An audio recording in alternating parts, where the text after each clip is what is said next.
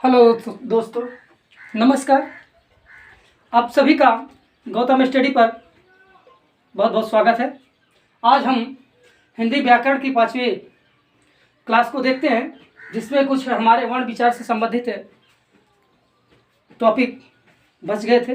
तो आज उन टॉपिकों को हम देखते हैं कि जो हमारे स्वर थे उनके दो मुख्यतः संरचना के आधार पर हमने पढ़ा था कि एक होता है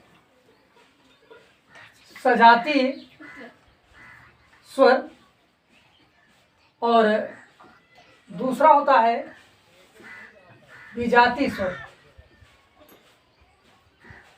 ठीक है, तो इन दोनों को हम देखते हैं विस्तार से कि सजाती स्वर क्या होता है और विजाती स्वर क्या होता है।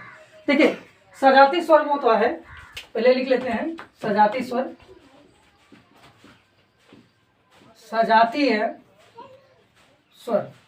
ठीक है, तो पहले हम इसका परिभाषा देखते हैं कि वो स्वर जो एक समान स्वर के मेल से बने हों तो वो क्या कहलाते हैं? सजाती। अर्थात कहें तो एक ही जात के स्वरों के मेल से जो स्वर की उत्पत्ति हुई है उसे क्या कहते हैं?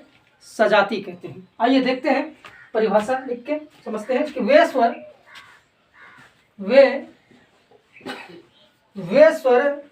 जो एक समान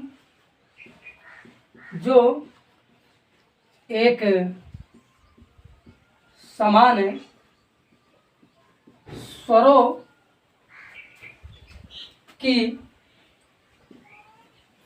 की संधि से बने हैं। ठीक है, तो परिभाषा क्या कह रही है कि वे स्वर जो एक समान स्वरों की संधि से बने। ठीक है, जैसे एग्जाम्पल में देखते हैं, तो उदाहरण के तौर पे हम देखें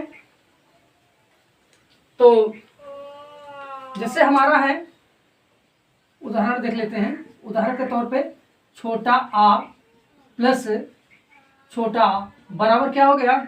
बड़ा। तो ये देखिए, ये दोनों वर्ण जो है, जो स्वर है, ये दोनों छोटा आ और छोटा आ, ये क्या है? सजाती है। क्यों? क्योंकि इनका जो रूप है एक ही है, तो इसलिए ये क्या कहलाते हैं? सजाती। तो इन दोनों सजाती स्वरों की जो संधि हुई है, बीच में संधि का चिन्ह है, तो इनसे जो दोनों की संधि हुई है वो क्या बना है? अलग स्वर, जो क्या है? दीर्घ स्वर के रूप में जाना जाता है। तो ये दो सजाती स्वरों से बने एक नए स्वर का निर्माण जो होता है उसे क्या कहते हैं? सजाती स्वर। ठीक है, और क्या है? जैसे ई प्लस ई बराबर ई। ठीक, अर्थात छोटी ई प्लस छोटी बराबर बड़ी। ठीक है, फिर पुनः देखिए छोटा ऊ प्लस छोटा ऊ बराबर बड़ा। तो ये हमारे क्या हो गए? ये क्या है? सजाती स्वरों से निर्मित स्वर है। ठीक है, तो आई होप आपको समझ में आ गया होगा। अगला हम पुनः देखते हैं किसको?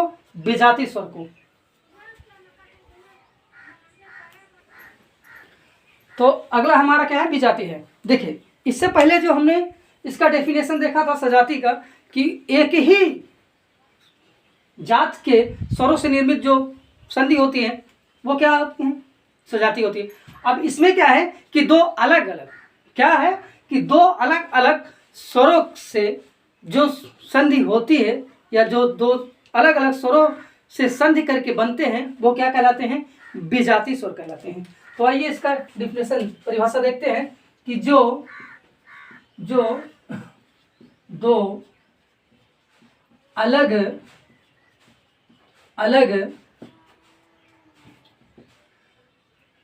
स्वरों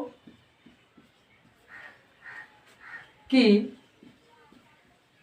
संधि से बने हैं।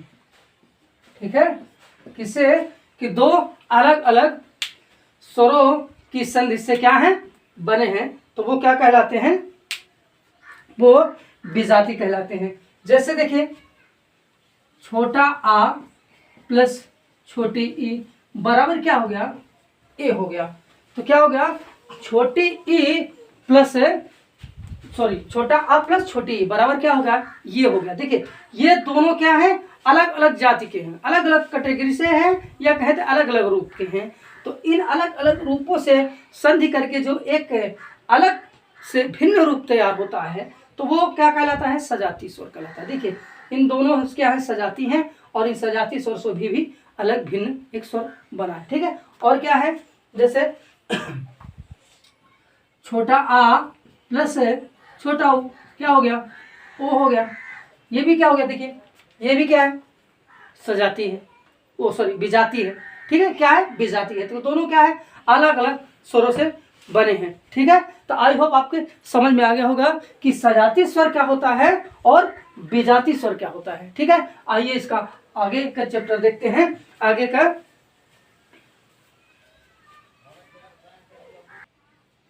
तो आइए अगला देखते हैं कि अगला क्या है कि मुख के खुलने के आधार पर स्वरों के भेद।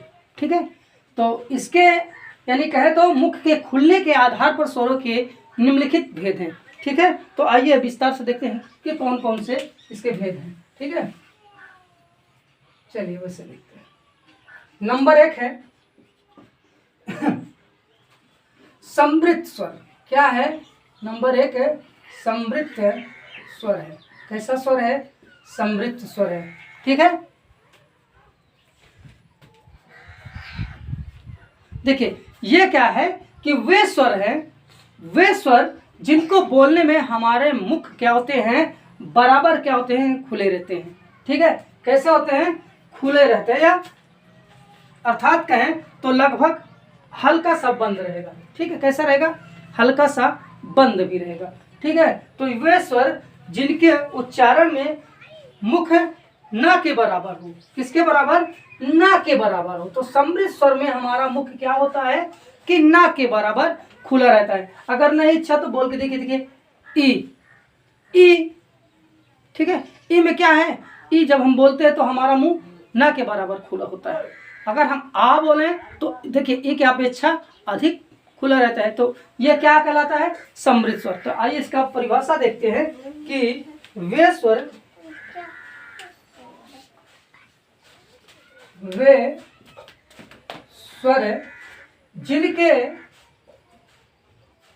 जिनके उच्चारण में क्या है कि वे स्वर जिनके उच्चारण में मुख है ना के बराबर, किसके, ना के बराबर खुलता है। क्या करता है, ना के बराबर खुलता है। किसके बराबर, यानी ना के बराबर, अर्थात जैसे खुला ही ना हो। ठीक है, तो समृद्ध स्वर में क्या होता है कि हमारा मुख ना के बराबर खुला होता है। जैसे एग्जाम्पल में अगर देखें तो उदाहरण देखें तो उदाहरण में हम देखें जैसे कि छोटी ई और बड़ी ई। ठीक है, तो इसमें क्या देखिए, छोटी ई और बड़ी ई, इसमें क्या होता है, हमारा मुख क्या है कि ना के बराबर खुला रहता है। और एक चीज है, छोटा ऊ भी है, छोटा ऊ, लेकिन ऊ जना जाता है कि खुला है, लेकिन उतना नहीं खुला होता है, छोटा ऊ है ना, लेकिन ये वृत्त होता है। ठीक है, तो आइए एक और देखते हैं कि री बोल के देखिए, ये भी री बोलने में क्या होता है, हमारा मुंह जो है ना के बराबर खुला रहता है। तो कहीं कहीं देखिए हमें छोटा ऊ और बड़ा ऊ भी मिलता है कि ये क्या है, समृद्ध स्वर है। ठीक है, तो ये भी याद रखिएगा। मुख्यतः बाकी प्रैक्टिकल में तो ये दिखता है कि ना के बराबर हमारा मुख इन स्वरों को बोलने में खुलता है। अगला देखते हैं वृत्त स्वर। चलो लिख लीजिए ताकि याद रहे। छोटा ऊ सॉरी बड़ा ऊ भी है और छोटा ऊ भी है और प्लस ऋषि भी है। चलिए कोई बात नहीं, लिख लीजिए। फिर अगला हमारा क्या है, अगला है विवृत स्वर। अगला क्या है, विवृत स्वर है, विवृत स्वर है।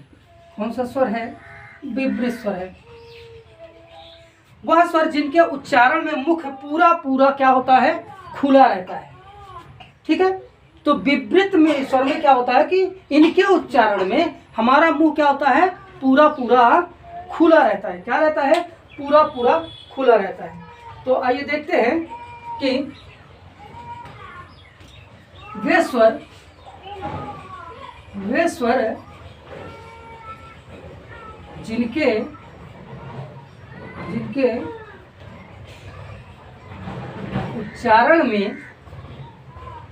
जिनके उच्चारण में मुख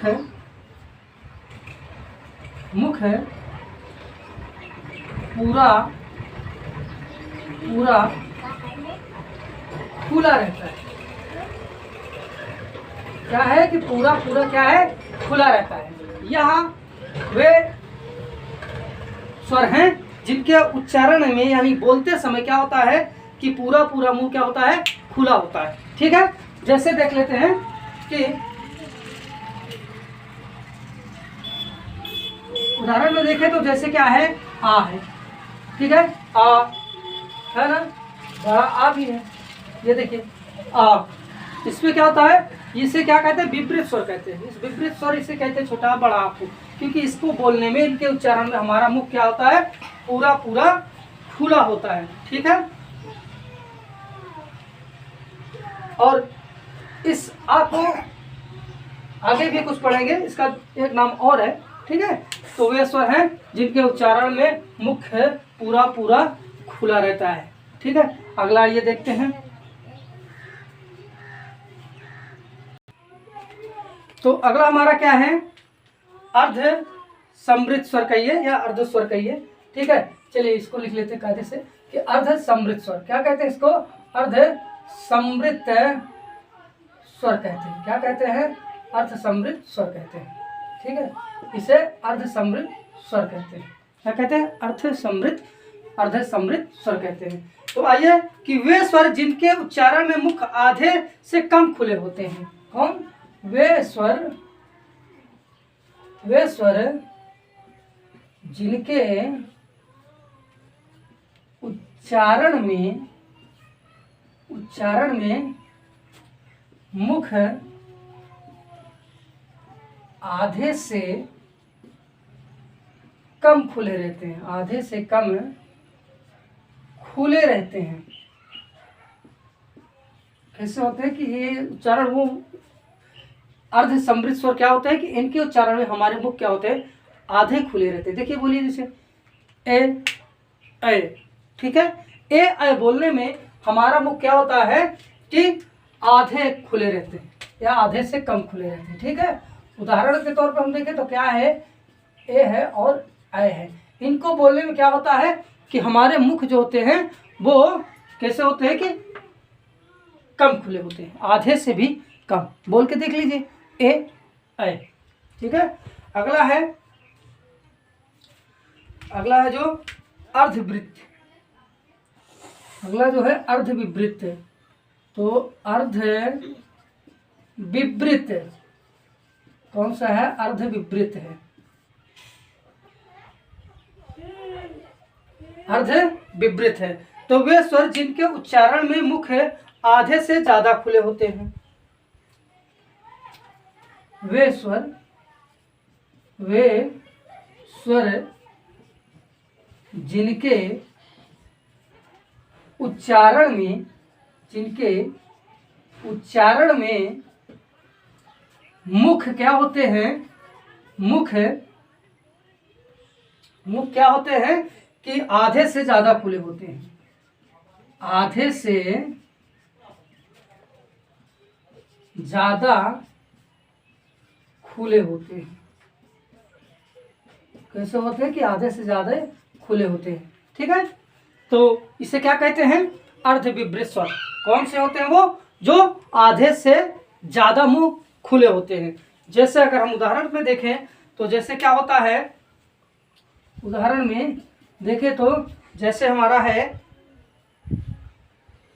ये देखिए छोटा आ भी आ जाता है और ए भी आ जाता है, और क्या आ जाता है, ओ आ जाता है, और आगत स्वर आ जाता है, एक है जो वो आ जाता है। ठीक है, ये जिसे हम ओ कहते हैं। ठीक है। तो ये क्या है, अर्थित विभ्रित स्वर है।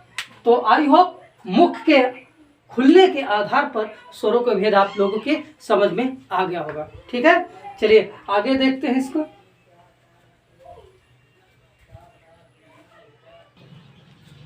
तो अगला है हमारा कि उच्चारण स्थान के आधार पर स्वर के भेद। ठीक है, कि जो हम स्वर बोलते हैं, जो स्वरों का उच्चारण करते हैं, वो हमारे मुखांग के किस किस स्थान से उच्चारित होता है। ठीक है, तो पहले हम उसका एक डायग्राम बना लेते हैं। ठीक है,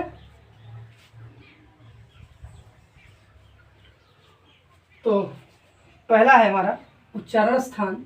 एक में क्या होता है, उच्चारण स्थान लिख लेते हैं। ठीक है, उच्चारण स्थान, और दूसरा है बोलने वाली ध्वनि। ठीक है, और फिर उसके बाद है इसका नाम।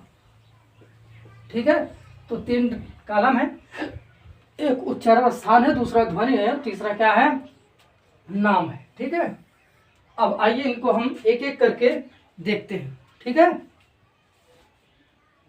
और हाँ, इसको भी एक कॉलम बना लेते हैं, वो हमारे लिए सरल हो जाएगा। वो क्या है कि हम इसके साथ में हम व्यंजन और स्वर दोनों को देखते चलते हैं।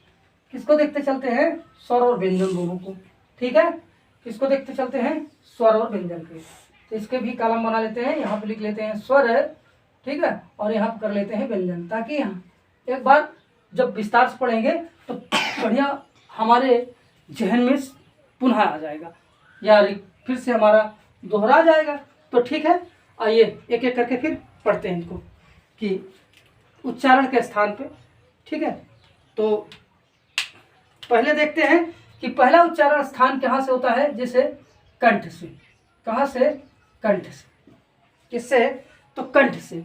तो कंठ से जो हमारा स्वर निकलता है वो बोल के देखिए, वो कौन कौन सा है, जैसे आ आ, छोटा आ और बड़ा, ये स्वर दोनों क्या है, हमारे कंठ से निकलते हैं। कौन कौन, छोटा आ और बड़ा आ।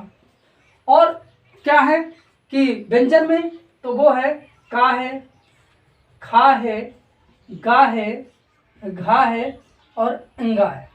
ठीक है, ये वर्ण कहे तो ये कहाँ से निकलते हैं, कंठ से निकलते हैं। इनका उच्चारण क्या है, कंठ है। और इसका जो नाम इसका है, जो कंठ है, तो उसका नाम क्या होता है, कंठ होता है। इसे क्या कहते हैं, इसे कंठ कहते हैं। कंठ क्या कहते हैं, इसे कंठ कहते हैं। उसके बाद फिर जो हमारा अगला है वो क्या है, तालव्य है। वो क्या है, तालु है, जिसे हम क्या कहते हैं, उच्चारण स्थान में तालु कहते हैं। ठीक है, तो उसके बाद इसमें स्वर जो आते हैं वो कौन कौन से आते हैं, ई है, छोटी ई और बड़ी है। ठीक है, बोल के देखिए, ई है ना, कहाँ से है, तालु से है। और क्या है, चा है, छा है, जा है, झा है और इया।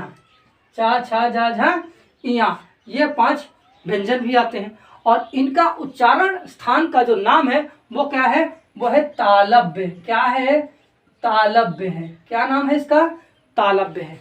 ठीक है, तो अगला है निकलने वाला उच्चारण स्थान जो है, तो वो कहाँ से निकलता है, मूर्धन्य से, जिसे हम क्या कहते हैं, मूर्धा कहते हैं। क्या कहते हैं, मूर्धा कहते हैं। ठीक है, और जो मूर्धा से निकलने वाला है वो हमारा क्या है, री है, ऋषि, जिसे हम बचपन में पढ़ते थे, री से ऋषि। ठीक है, और व्यंजन में है तो वो है टा, ठा, डा, ढा और णा। ये 5 है। कौन कौन, टा, ठा, डा, ढा, णा। ठीक है, और इससे क्या कहते हैं, इसका नाम क्या है, जो उच्चारण स्थान, इसका नाम क्या है, मूर्धन्य। क्या है, मूर्धन्य। ठीक है, क्या नाम इसका, मूर्धन्य नाम है। ठीक है, तो ये हो गया। फिर अगला हमारा क्या है, दंत है। हाँ, एक चीज और है कि कुछ उस देखिए, इसमें जो है 2 और हमारे जो होते हैं वो कौन कौन से होते हैं, जिसे हम अयोग्य वाक्य कहते हैं। इनका भी उच्चारण स्थान यहीं से निकलता है, कंठ से। जैसे क्या है, अन्न है और आहा है, इनका उच्चारण स्थान कहाँ से निकलता है, तो कंठ से निकलता है। ठीक है, इनको भी साथ में ले चलते हैं। और एक सा है, सा से सलजम वाला जो है ना, वो ये वाला सा भी कहाँ से निकलता है, ताल से निकलता है। ठीक है, और एक जो है मूर्धन्य से निकलता है, मुंह से। वो कौन सा है, जिसे हम पेट चिरवा सा बोलते थे पहले, इसका पेट चिरा हुआ है। ठीक है, तो ये वाला सा है, मूर्धन्य सा है। ठीक है, उसके बाद आइए देखते हैं क्या है, उसके बाद है दंत। तो दंत से निकलने वाला देख लेते हैं थोड़ा सा।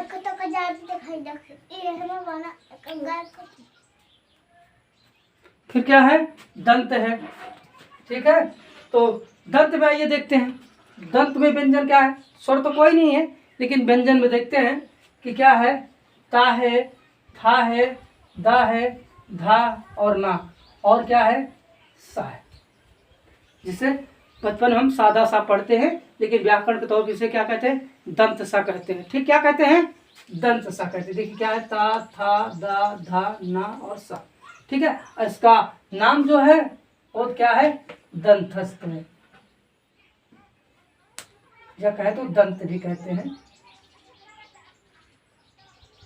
क्या कहते हैं, दंत्य भी कहते हैं।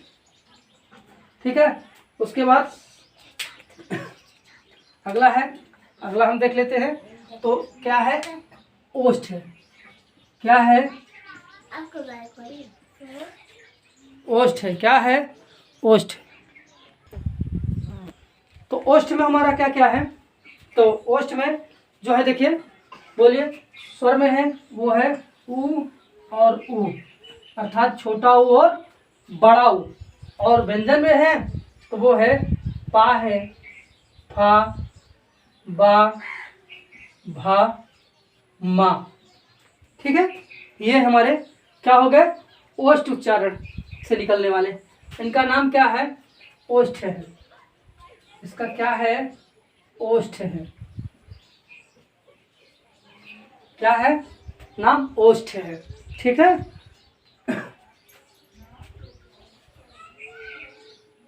फिर उसके बाद है हमारा क्या है, नासिक्य। क्या है, नासिक। उसके बाद क्या है, नासिक है। तो व्यंजन में अगर हम देखें तो बहुत है, लेकिन स्वर में ऐसा कुछ नहीं है, क्योंकि हमने जो है अनुस्वार को अलग ही कर दिया है। ठीक है, लेकिन फिर भी बोला जाता है अनुस्वार, है ना, अनुस्वार भी बोला जाता है नासिक के साथ, अंग, है ना, अन्य। देखिए फिर क्या है, इसमें जो है हमारे व्यंजन का जो पंचमाक्षर है वो नासिक के द्वारा बोला जाता है, इसलिए इसे क्या कहा जाता है, नासिक। देखिए अंग, ञ, ण, न, मा। तो ये वर्ण जो हमारे ये व्यंजन वर्ण के पंचम अक्षर हैं वो होते हैं। तो कौन कौन होते हैं, अगर हम देखें तो जिसे हम अनुस्वार कहते हैं ये भी बोला जाता है, और है अंगा है, ञ है, ड़ा है, न है और मा है। ये पंचम अक्षर हैं। ठीक है, इनको भी क्या बोला जाता है, नासिक से। ठीक है, इनका नाम जो क्या है, इनका नाम है अनुनासिक। अनुनासिक क्या कहते हैं, अनुनासिक कहते हैं। ठीक है, क्या कहते हैं, अनुनासिक। और अगला फिर क्या है हमारा सॉरी, कुछ ऐसे हैं जिनका हमारा जो उच्चारण स्थान है वो दो के यानी संयुक्त रूप से लेकर चलता है हमारे मुखांगों को। ठीक है, जैसे आइए देखते हैं, कुछ ऐसे हैं जैसे कि कंठ तालु से बोले जाते हैं। अगर देखें तो क्या है, कंठ और तालु से। ठीक है, ये वो वर्ण है, जैसे है क्या है, स्वर में देखें तो ए है और ए है। ठीक है, क्या है, ए है और ए है, तो ये कहाँ से बोला जाता है, कंठ और ताल दोनों से बोला जाता है। और क्या है कि व्यंजन में तो ऐसा नहीं है। ठीक है, व्यंजन में तो नहीं है। तो इन्हें क्या कहते हैं? कंठ तालव्य कहते हैं। क्या कहते हैं? इन्हें कंठ तालव्य कहते हैं। कंठ तालव्य, इन्हें क्या कहते हैं? कंठ तालव्य कहते हैं। ठीक है। अगला फिर क्या है? दंतोष्ठ है। कौन है फिर इसके बाद?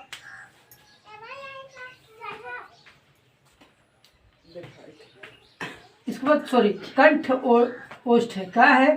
कंठ ओष्ठ क्या है? तो कंठ ओष्ठ है। बात समझ आ रही है? क्या है? कंठोष्ठ है। और कंठोष्ठ से जो बोलने वाले स्वर हैं वो हमारा होता है ओ और औ। कौन कौन है? ओ और औ है। कहाँ से बोलते हैं हम इनको? इनको जब हम बोलते हैं तो कहाँ से? कंठ और ओष्ठ से। देखिए ओ औ, ठीक है। तो कंठ पे ही भार पड़ता है और हमारे ओठ भी क्या हो जाते हैं?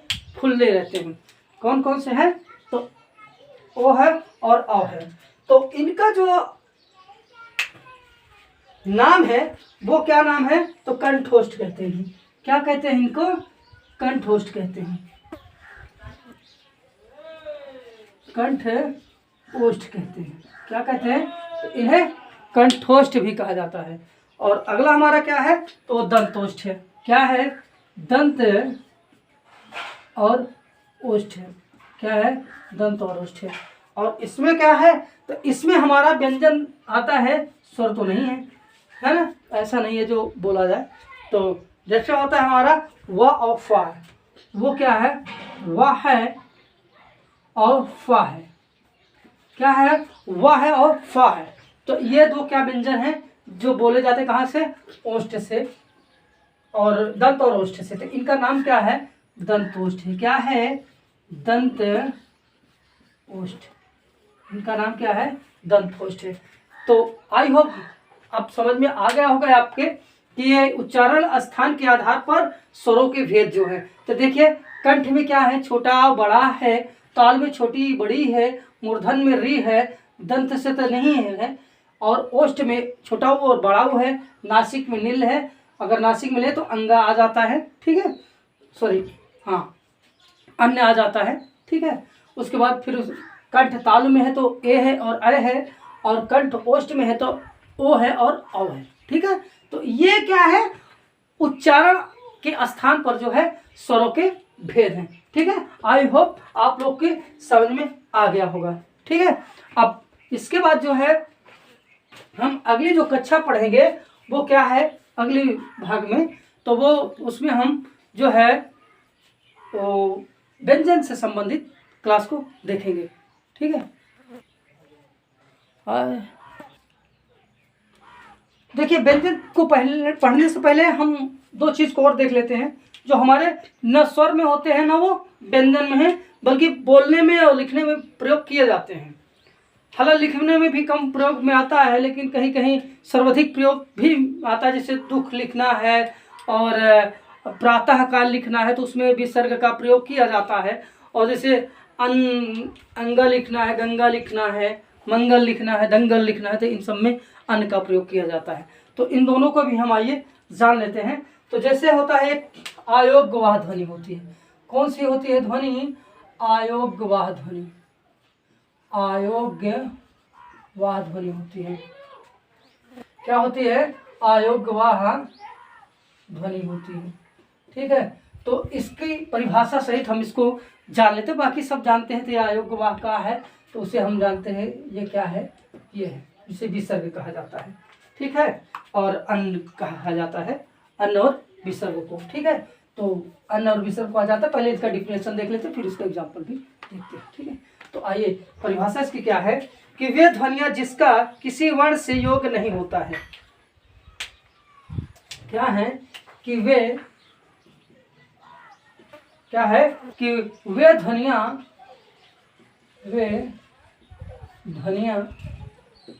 जिनका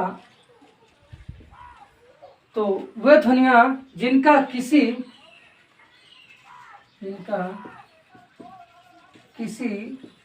वर्ण से योग नहीं होता। तो क्या कहता है नहीं होता है।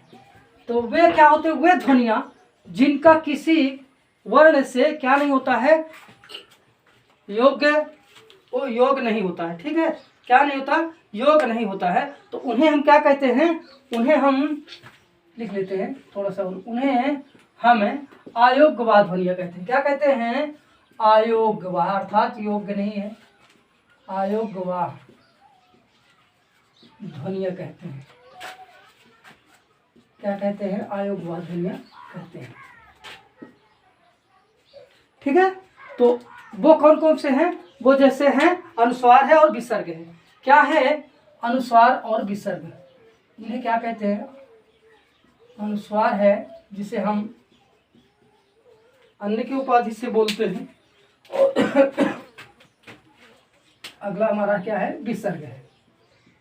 क्या है, विसर्ग, जिसे हम अगर उच्चारण को देखें तो आहा बोलते हैं, हमारे मुख से निकलता है तो आहा के ध्वनि से निकलता है। ठीक है, तो क्या हो गया, अनुस्वार और विसर्ग, ये क्या है, अयोग्यवाह ध्वनियां हैं। ठीक है, तो इनका जो है उच्चारण स्थान क्या होता है, एक का तो इसका तो नासिक होता है, बता दिए हमने, क्या होता है, नासिक होता है, और इसका जो होता है वो क्या होता है, कंठ होता है।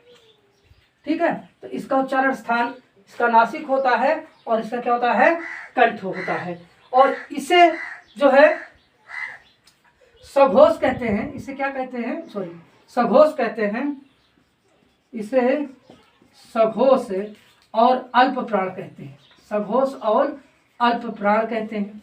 ठीक है, तो जो हमारा अनुस्वार है वो क्या है, सघोष है और अल्प प्राण है, और इसका उच्चारण स्थान जो है क्या है, वो है नासिक है। ठीक है, और जो विसर्ग हमारा है ये क्या है, तो ये अघोष है, ये कैसा वर्ण है, अघोष वर्ण है, और महाप्राण है। कैसा है, महाप्राण है। क्या है ये, महाप्राण है। अघोष वर्ण है,